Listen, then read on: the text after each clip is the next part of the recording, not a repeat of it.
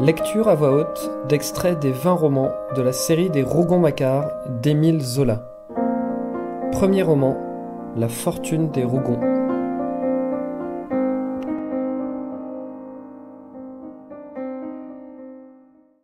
Les habitants de Plassans. La population de Plassans se divise en 3 groupes. Autant de quartiers, autant de petits mondes à part. Il faut mettre en dehors les fonctionnaires, le sous-préfet, le receveur particulier, le conservateur des hypothèques, le directeur des postes, tous gens étrangers à la contrée, peu aimés et très enviés, vivant à leur guise. Les vrais habitants, ceux qui ont poussé là et qui sont fermement décidés à y mourir, respectent trop les usages reçus et les démarcations établies pour ne pas se parquer d'eux-mêmes dans une des sociétés de la ville. Les nobles se cloîtrent hermétiquement. Depuis la chute de Charles X, ils sortent à peine, se hâtant de rentrer dans leurs grands hôtels silencieux, marchant furtivement comme en pays ennemi. Ils ne vont chez personne et ne se reçoivent même pas entre eux. Leurs salons ont pour seul habitué quelques prêtres. L'été, ils habitent les châteaux qu'ils possèdent aux environs. L'hiver, ils restent au coin de leur feu. Ce sont des morts s'ennuyant dans la vie. Aussi, leur quartier a-t-il le calme lourd d'un cimetière. Les portes et les fenêtres sont soigneusement barricadées. On dirait une suite de couvents fermés à tous les bruits du dehors.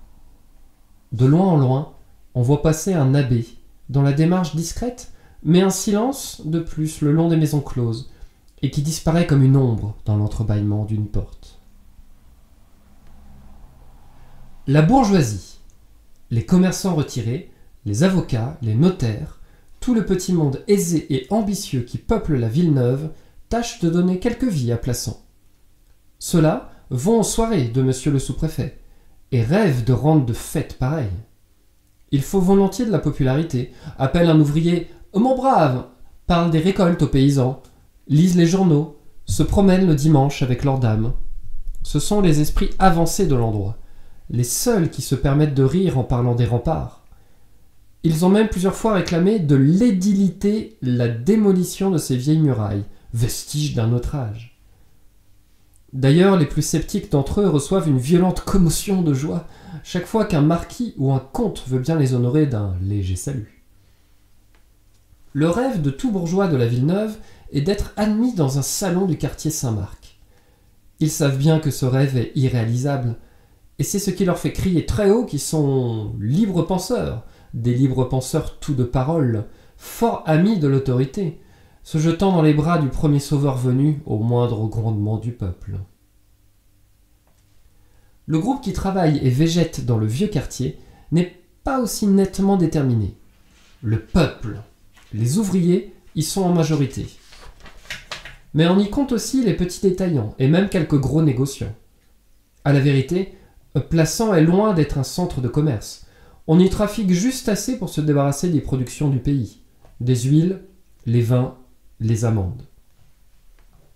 Quant à l'industrie, elle n'y est guère représentée que par 3 ou 4 tanneries qui empestent une des rues du vieux quartier, des manufactures de chapeaux de feutre et une fabrique de savon reléguée dans un coin du faubourg. Ce petit monde commercial et industriel, s'il fréquente au grand jour les bourgeois de la Villeneuve, vit surtout au milieu des travailleurs de l'ancienne ville. Commerçants, détaillants, ouvriers ont des intérêts communs qui les unissent en une seule famille. Le dimanche seulement, les patrons se lavent les mains et font bande à part. D'ailleurs, la population ouvrière, qui compte pour 1/5 à peine, se perd au milieu des oisifs du pays. Une seule fois par semaine, dans la belle saison, les 3 quartiers de Plassans se rencontrent face à face. Toute la ville se rend au cours Sauvert, le dimanche après les vêpres. Les nobles eux-mêmes se hasardent.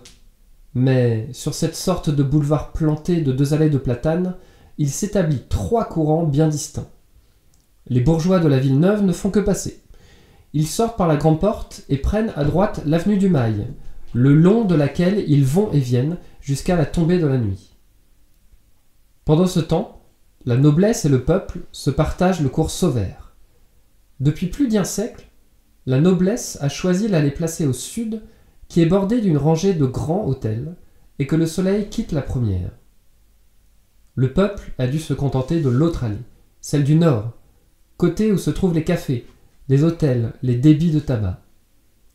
Et tout l'après-midi, peuple et noblesse se promènent, montant et descendant le cours, sans que jamais un ouvrier ou un noble ait la pensée de changer d'avenue. 6 à 8 mètres les séparent, et ils restent à 1000 lieues les uns des autres, suivant avec scrupule 2 lignes parallèles, comme ne devant pas se rencontrer en ce bas monde. Même aux époques révolutionnaires, chacun a gardé son allée. Cette promenade réglementaire du dimanche et les tours de clé donnés le soir aux portes sont des faits du même ordre qui suffisent pour juger les 10 000 âmes de la ville. Ce fut dans ce milieu particulier que végéta, jusqu'en 1848, une famille obscure et peu estimée, dont le chef, Pierre Rougon, joua plus tard un rôle important grâce à certaines circonstances.